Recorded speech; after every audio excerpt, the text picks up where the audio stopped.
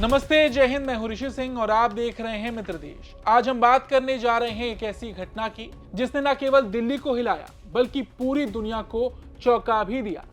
राजधानी नई Delhi Lal Qila metro station के पास 10 नवंबर की रात को एक i20 कार में जबरदस्त विस्फोट हुआ। धीमी रफ्तार से जा रही एक कार कुछ ही सेकेंड में आग का गोला बन गई। इस धमाके में कम से कम 9 लोगों की मौत हो गई और 20 से अधिक लोग घायल हैं। इस धमाके के बाद भारत में ही नहीं बल्कि इजराइल, अमेरिका, ब्रिटेन, जापान जैसे देशों ने भी गहरी संवेदना व्यक्त की है। इजराइल के राजदूत रुवेन अजार ने कहा कि दिल्ली में दिल दहला देने वाला दृश्य, हमारी संवेदनाएं पीड़ितों के परिवारों के साथ हैं। दरअसल कल शाम करीब 6:52 पर लाल किला मेट्रो स्टेशन के पास सड़क पर सामान्य ट्रैफिक था। एक सफेद रंग की i20 कार लाल बत्ती पर कुछ सेकंड के लिए रुकी। अचानक एक तेज धमाका हुआ और कार आग के गोले में तब्दील हो गई। धमाका इतना जबरदस्त था कि आसपास खड़ी गाड़ियों के शीशे तक टूट गए। लाल किला मेट्रो स्टेशन की खिड़कियां चटक गईं और ITO तक यानी करीब 2 किलोमीटर दूर तक धमाके की आवाज सुनी गई। क्या हुआ था? एकदम से सर धमाका हुआ। धमाका ऐसा जोरदार था कि पूरा दिल्ली हिला दिया उसने। और दिल्ली हिलाने के साथ साथ सर ऐसी भगदड़ मची है, यहाँ पे लोग चीख पुकार करते हुए भागे हैं। और चीख पुकार करते हुए जो लोग भाग रहे थे वो यही कह रहे थे कि कोई आतंकवादी हमला हुआ है, आतंकवादी हमला हुआ है। क्योंकि जैसा कि आज फरीदाबाद में 350 किलो RDX बरामद हुआ है। तो मैं आपको बताना चाहूंगा, कोई बड़ी बात नहीं है कि ये एक प्लानिंग के तहत किया गया हो। कार में कोई आदमी RDX रख के या किसी भी प्रकार का कोई मतलब ज्वलनशील पदार्थ रख के आया हो और उसने ऐसी घटना को अंजाम देने के लिए पब्लिक प्लेस में आकर यहाँ पर फटा है और बहुत सारी गाड़ियां जल गई हैं। शरीर के टुकड़े आके हमारे आसपास में गिरे हैं और बहुत बुरा मंजर था। ऐसा मंजर मैंने अपनी लाइफ में, अपनी जिंदगी में पहले कभी नहीं देखा। और आपको बता दूं, सभी जनता को बता दूं देश की, कि इस समय फिलहाल पुलिस प्रशासन बहुत अच्छे से स्थिति को कंट्रोल कर चुका है और कंट्रोल करने के साथ साथ सामान्य हो चुकी है। बड़े बड़े आला अधिकारी यहाँ पर आ चुके हैं, पुलिस प्रशासन के और विभाग के, और फॉरेंसिक टीम आ चुकी है। जो धड़ गिरा था, जो हाथ गिरा था, जो टांग गिरी थी और जो लोग अधमरी अवस्था में थे, उनको भी फॉरेंसिक टीम ने उठाकर ले जाके एम्बुलेंस में डाला है। बहुत कितने बजे के आसपास में धमाका लगभग हुआ है? 7:15 बजे का टाइम रहा होगा। सवा ठीक, मेरे को एग्जैक्ट टाइम नहीं पता क्योंकि धमाके के बाद आप टाइम तो नहीं देखेंगे, लेकिन वहां पे आप या तो आप भागेंगे या आप देश की सेवा करने के लिए जाएंगे। तो मैं देश की सेवा करने के लिए आगे बढ़ा और मैंने वहां पे लोगों की मदद करने के लिए जो मेरे से बल पड़ा मैंने किया। बता दें, पुलिस और दमकल की टीमें तुरंत मौके पर पहुंची थीं। करीब 4 गाड़ियां पूरी तरह जल चुकी थीं और कई लोग सड़क पर घायल पड़े थे। घायलों को LNJP अस्पताल में भर्ती कराया गया। वहीं पुलिस ने तुरंत आतंकी साजिश की आशंका में जांच भी शुरू कर दी। कोतवाली पुलिस स्टेशन के अंदर FIR दर्ज कर ली गई है। उसके अंदर UAPA, एक्सप्लोजिव्स एक्ट और भारतीय न्याय संहिता के धाराओं के तहत ये मुकदमा दर्ज कर लिया गया है।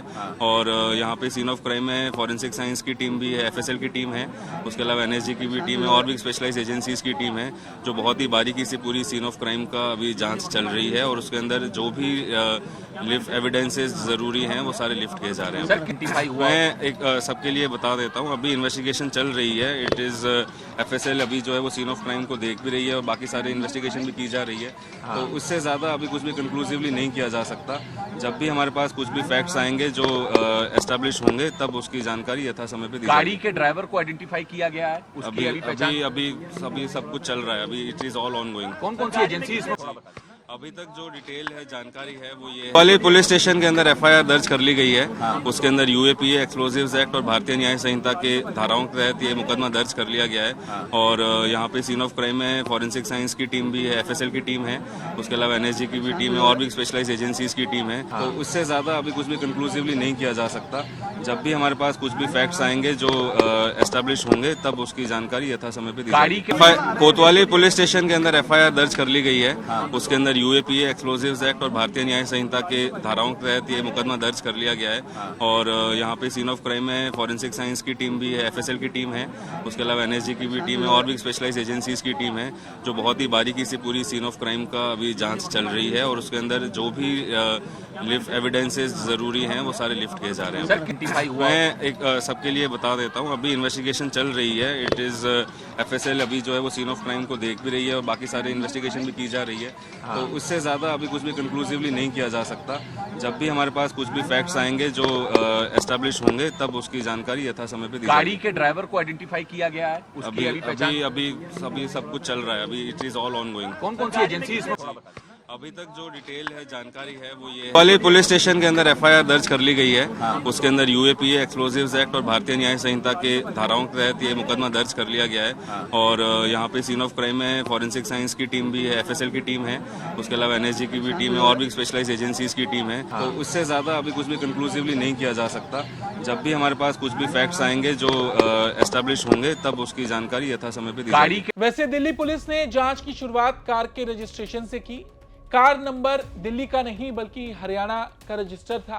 कार का मालिक निकला मोहम्मद सलमान, जो ओखला का रहने वाला है। पुलिस ने जब सलमान से पूछताछ की, उसने कहा कि मैंने ये कार 1.5 साल पहले ओखला के देवेंद्र नामक व्यक्ति को बेच दी थी।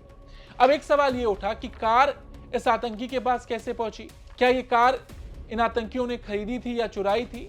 ये तमाम सवाल अब भी खड़े हैं, लेकिन फिलहाल पुलिस इस पूरे मामले की जांच कर रही है। और आपको बता दें, फॉरेंसिक टीम ने मौके से अमोनियम नाइट्रेट जैसे विस्फोटक के अंश पाए हैं। सीसीटीवी फुटेज में कार को 3 घंटे पहले पार्किंग में खड़े देखा गया था।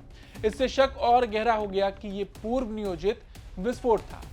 फॉरेंसिक टीम को कार के भीतर से कुछ ट्रेसेस मिले हैं इंसान के, जिससे ये समझ में आता है कि ये एक आत्मघाती हमला था। और आपको मैं बता दूं, जिस आतंकी ने इस हमले को अंजाम दिया उसका नाम उमर है। वो एक डॉक्टर के रूप में फरीदाबाद में काम कर रहा था और उसने ही इस हमले को अंजाम दिया। जांच एजेंसियों ने फिलहाल जांच शुरू की है। खुफिया सूत्रों के अनुसार पिछले कुछ हफ्तों से दिल्ली में पाकिस्तान आधारित मॉड्यूल्स की हलचल बढ़ी थी। इस धमाके ने पूरी दुनिया को हिला दिया। Israel, America, Britain, Japan, France, Australia, हर देश ने इस धमाके के बाद बयान जारी किया।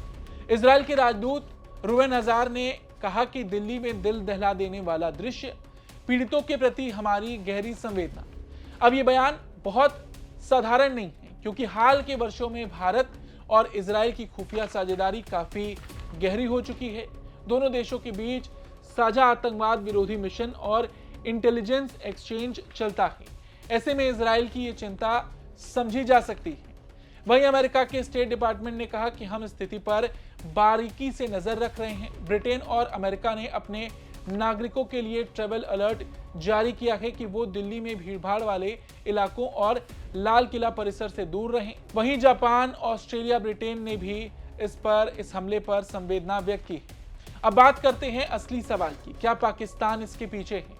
दरअसल जांच सूत्रों के मुताबिक लाल किला ब्लास्ट में अमोनियम नाइट्रेट, फ्यूल ऑयल और विस्फोटक डेटोनेटर के इस्तेमाल के संकेत मिले हैं, जो आम नागरिक के पास नहीं होते। इस तरह के विस्फोटक सीमा पार से ही सप्लाई किए जाते हैं। दूसरी बात, घटना से पहले पाकिस्तान की ओर से भारत के खिलाफ कई ऑनलाइन थ्रेट्स मिले थे। कुछ टेलीग्राम चैनल्स पर दिल्ली में आग जैसे संदेश दिखे, जिनकी लोकेशन पाकिस्तान के कराची और बहावलपुर क्षेत्र से जुड़ी हुई। अब सवाल यह है कि क्या ये कोई प्लान्ड आतंकी हमला था, क्योंकि हाल ही में भारत ने पाकिस्तानी आतंकियों के कई ठिकानों का पर्दाफाश किया और कई ठिकानों को खत्म भी किया। और ऐसे में यह धमाका एक रिवेंज ऑपरेशन भी हो सकता है। हालांकि कुछ भी कहना अभी जल्दबाजी होगी। फिलहाल प्रधानमंत्री मोदी ने भी रात भर सुरक्षा एजेंसियों से संपर्क बनाए रखा और उन्होंने ये बात खुले तौर पर कही है कि किसी भी साजिशकर्ता को बख्शा नहीं जाएगा। आज मैं यहां बहुत भारी मन से आया हूं। कल शाम दिल्ली में हुई भयावह घटना ने सभी के मन को व्यथित कर दिया है। मैं पीड़ित परिवारों का दुख समझता हूं। आज पूरा देश उनके साथ खड़ा है। मैं कल रात भर इस घटना की जांच में जुटी सभी एजेंसियों के साथ, सभी महत्वपूर्ण लोगों के साथ संपर्क में था, विचार विमर्श चलता था, जानकारियों के तार जोड़े जा रहे थे। हमारी एजेंसियां इस षड्यंत्र की तह तक जाएगी। इसके पीछे के षड्यंत्रकारियों को बख्शा नहीं जाएगा। All those responsible will be brought to justice. ये बयान साफ दर्शाता है कि सरकार इस घटना को सिर्फ क्राइम नहीं बल्कि नेशनल सिक्योरिटी अटैक मान रही है।